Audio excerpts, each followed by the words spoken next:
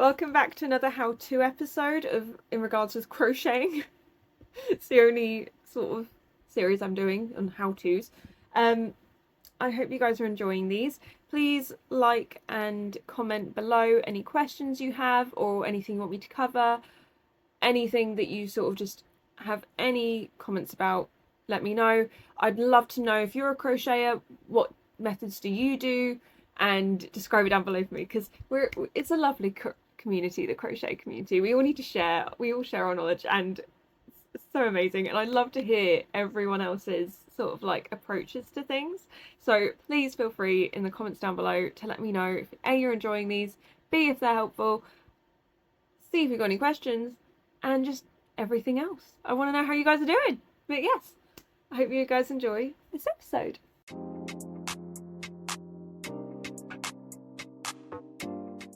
Okay, moving on from a slip, stitch and chain, we're going to be looking at single crochets. So you don't go into the one you just made, you go into the next stitch, so not the one that you're currently on, the next one. You're going to put your hook through one of the loops, going to hook over, pull through, so you should have two on your hook, and then pull over again and pull through.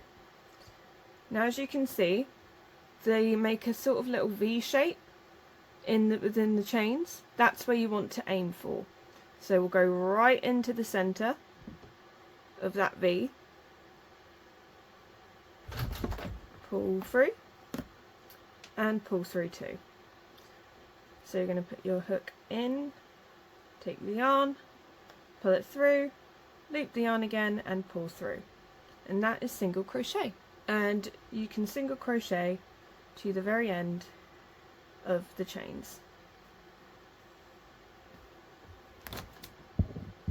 Hi Del, if you're joining us.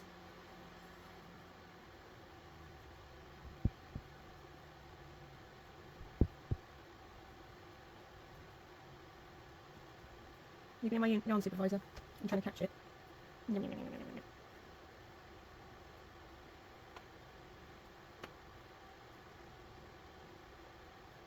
And there you go, a tiny little row of single crochets.